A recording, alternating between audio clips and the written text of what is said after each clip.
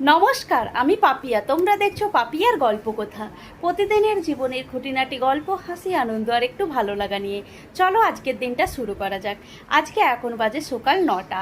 আমার সকালের পুজো দেওয়া, মেয়ের টিফিন, নাস্তা সমস্ত কিছু হয়ে গেছে। এখন মেয়েকে রেডি করাবো স্কুলে যাওয়ার জন্যে। আর আজকে হচ্ছে মেয়ের স্কুলে রাখির একটু অনুষ্ঠান আছে। আর সেই অনুষ্ঠানে আজকে বলেছে স্কুলের কোনো ইউনিফর্ম পরে যেতে হবে না, পরে যেতে হবে ট্রেডিশনাল কোনো পোশাক। মেয়ের জন্য এই ড্রেসটা আমি চুজ করেছি। দেখুন তো ড্রেসটা কেমন লাগছে। রাখির জন্য আমি এই ড্রেসটা নিয়েছি। চলো মেয়েকে রেডি করিয়ে নিই।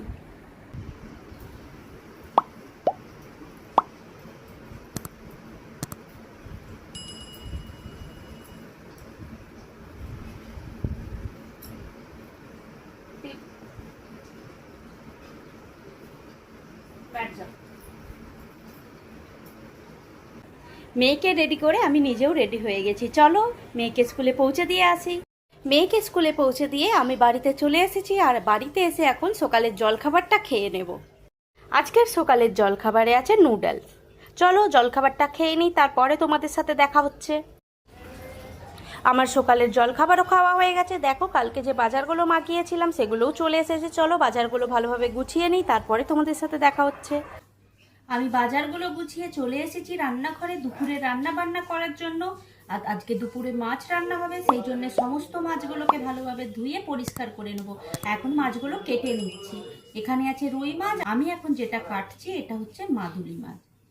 দুপুরে রান্না বান্না কমপ্লিট করে খাওয়া দাওয়া করে চলে এসেছি। এবার একটু রেস্ট নিয়ে নেবো। আর আজকে বিকেলে যাব পার্লারে। এখন বাজে সন্ধে 7:30 আর আমি রেডি হয়ে যাচ্ছি পার্লারে।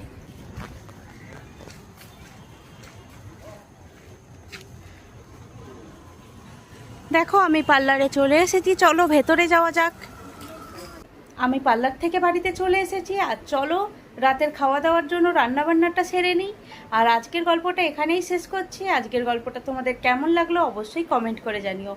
আর ভিডিওটা ভালো লাগলে লাইক করো, সাবস্ক্রাইব করতে ভুলো না। দেখা হবে নতুন আরও একটি গল্প নিয়ে। সবাই ভালো থাকবেন, সুস্থ থাকবেন। ধন্যবাদ।